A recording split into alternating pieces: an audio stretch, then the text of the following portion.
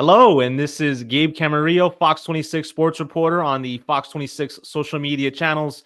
It was reported this morning by ESPN and USCFootball.com that Fresno State is looking at football head coach Matt Entz potentially being the 20th in program history to replace interim head coach Tim Skipper, who replaced Jeff Tedford back in July when Tedford stepped away for health reasons. So this is a big deal, obviously, whenever Fresno State hires a head coach. It's a momentous occasion because they haven't hired many in the last few years. Tedford, DeRuyter, Hill, Sweeney, that's going back to 1970 era. So I have to say this is a big deal for Fresno State to get a head coach, especially one without direct Bulldog ties. Matt Entz, born in Iowa, is a former North Dakota State head coach, is recently USC linebackers coach for just a season. What qualifies him to be Fresno State's next man in charge of its prestigious football program? We're going to get into 5 reasons, but it was reported by ESPN this morning that they're working on a 5-year contract for Matt Entz. Tim Skipper, the interim, I think did his best given the circumstances. He had 52 days from when it was announced that Tedford was stepping away until the season opener against Michigan. 52 days is the advance notice he had before the season started. It's hard for any person to step into that situation and win games. He won 6 of them, and it could have easily been more. You could argue, if not for a targeting penalty in the Fresno State-Hawaii game that gave Hawaii an extra set of downs, and they eventually scored and came back, won by a point. If not for the pick 6 against Washington State, that's another winnable game for Fresno State. So right there, it could be an 8-4 record. There's also games that Fresno State won that, maybe they you could see that there were signs that even with the win, there were some problems, like the Colorado State game recently when they went up 28-7, didn't score in the second half, and only scored a field goal in the season finale against UCLA. So, there are different problems with Fresno State that you could point to and say a change is necessary. But a lot of the push in the other direction was Tim Skipper is an alumni. He knows Bulldog football through and through, having played here under Pat Hill. And the players wanted Skipper. The alumni wanted Skipper. If you just looked at social media, you would see what I mean. Why is Matt Entz the choice instead? I would say there's 5 different reasons. Number one, Entz has more head coaching experience, and I think that was a big priority in athletic director Garrett Clasy's search. Some of the other finalists all had head coaching experience, and what Entz did at North Dakota State, winning 60 games in 5 seasons, having an 85% winning percentage, that's just hard to ignore if you're Garrett Klasy. I also look at what North Dakota State did before Entz was the head coach, when Entz was the defensive coordinator and Chris Kleiman was leading the Bison program. He won national championships. Entz won 2 of them. Kleiman won a lot more. But what Kleiman did after that, I think, played a role in Klasy's hire.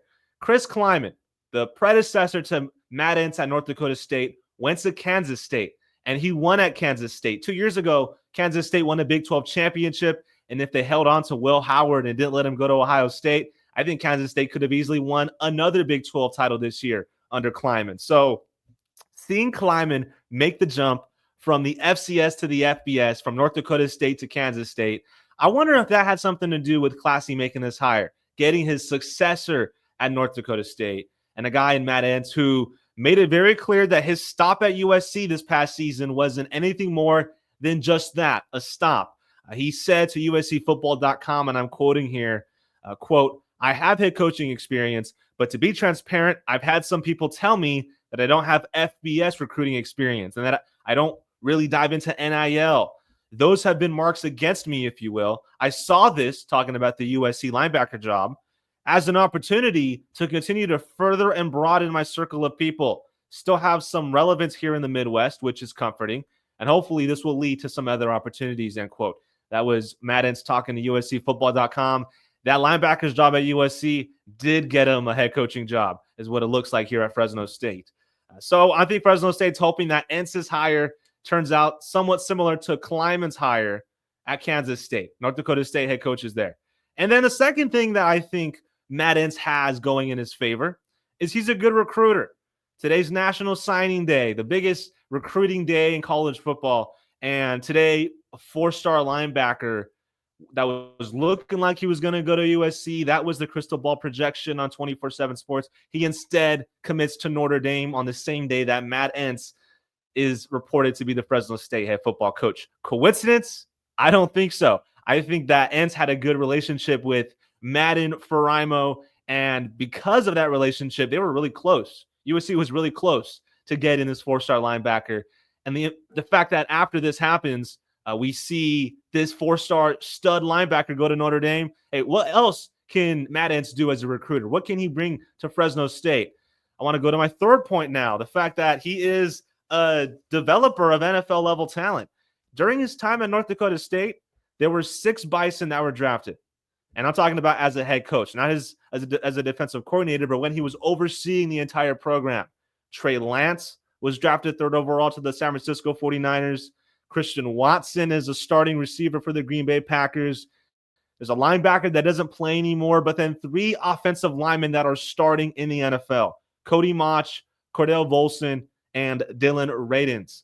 I'm telling you right now, Fresno State could use some NFL offensive linemen, all right? And to hear of a guy that recruits NFL caliber talent at that position coming to Fresno State has to make Bulldog fans feel a little bit better if you're not happy with this hire, because if you look at this hire, you're looking at a guy who develops NFL O-linemen, a position where Fresno State has kind of struggled the last few years. Let's be honest.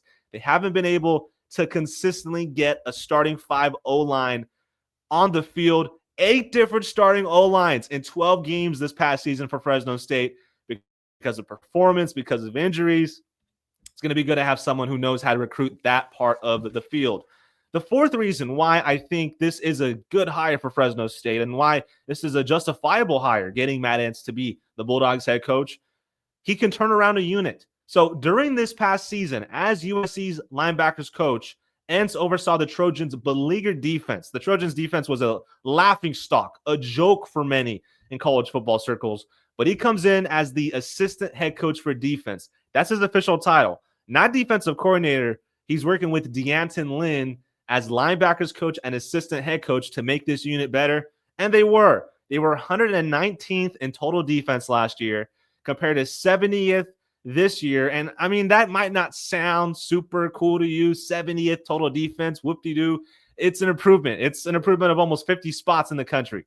And then the scoring defense was ranked 32nd in the country prior to last week when they gave up 49 to Notre Dame. So instead of being from 121st to 32nd, it's 121st to 56th best scoring defense in the country. I know Fresno State just passed on a defensive-minded coach in Tim Skipper. They're not getting an offensive mind instead. They're getting a similar defensive-minded head coach. But I think it's important to note that Fresno State needs to replace 8 starters on defense. Looking at the transfer portal, guys like Phoenix Jackson, Gabriel Lightfoot, Azilian Hamilton in it, and then other guys who are graduating. Kavika Baumgartner started almost every game at defensive tackle.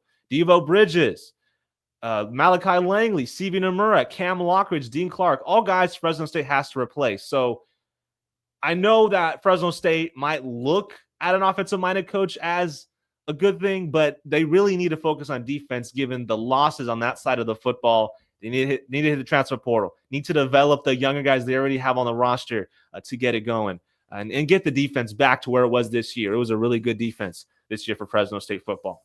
And then the fifth thing, and this might be the most, I should say the least fact-based claim of this all, but he has the drive to achieve. There's nothing really to prove it except the fact that he told USC that he wants to be an FBS head coach. So he wasn't going to be the linebackers coach for 5 or 6 years. He was there for a year or two until the right opportunity came. Reminds me a lot of Kalen DeBoer.